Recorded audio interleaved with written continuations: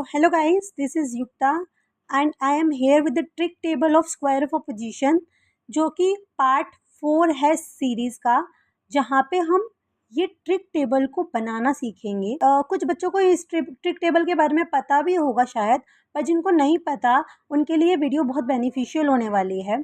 और जिनको पता भी है उन्होंने according to me most of ने इस टेबल को सिर्फ याद किया होगा, बट मैंने इस टेबल को बनाना सीख लिया था, जिसकी वजह से इस टेबल को मैं कभी नहीं भूली। मैं इस सब पार्ट में इस टेबल को बनाने का तरीका बताऊंगी कि आप इस टेबल को बनाने के तरीके को अगर समझ लोगे तो आप इस टेबल को कभी नहीं भूलोगे। ठीक है, सो लेट्स सी इस टेबल को बनाना कैसे होता है। सो लेट्स सी, सबसे पहले हमें ये पता होना चाहिए कि जो जो टर्म्स हम यहाँ पे लिखेंगे ना, उन टर्म्स का मतलब क्या है। अब ए ई आई ओ तो प्रोपोजिशंस हैं, ठीक है, जो हमने अभी फर्स्ट पार्ट में पढ़ा है। ठीक है, अगर किसी को नहीं पता है तो switch to my part 2 of square of opposition, playlist में है वो, और आप वहाँ जाके उसको देख सकते हो।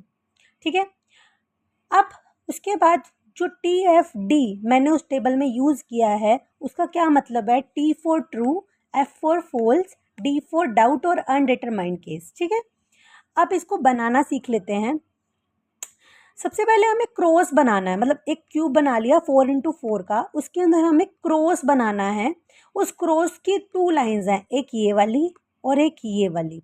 जब हम इस क्रॉस को बनाएंगे तो एक लाइन टी की बनाएंगे और एक लाइन एफ की। हमने ये एक लाइन टी की यहाँ पे बना दी है। ठीक है, अब दूसरी लाइन कहाँ बनाएंगे, ये वाली एफ की। ठीक है, ये क्रॉस बन गया, टी और एफ बन गया है। ठीक है, इसके बाद हम क्या करेंगे, जहाँ पे टी टी लिखा है, अब आपको ये स्क्वायर और ये स्क्वायर देखना है।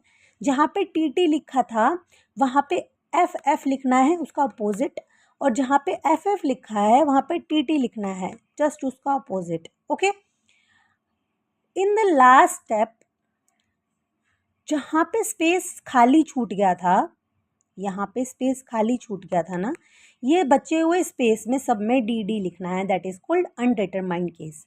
आपकी ये टेबल बनकर तैयार हो जाएगी।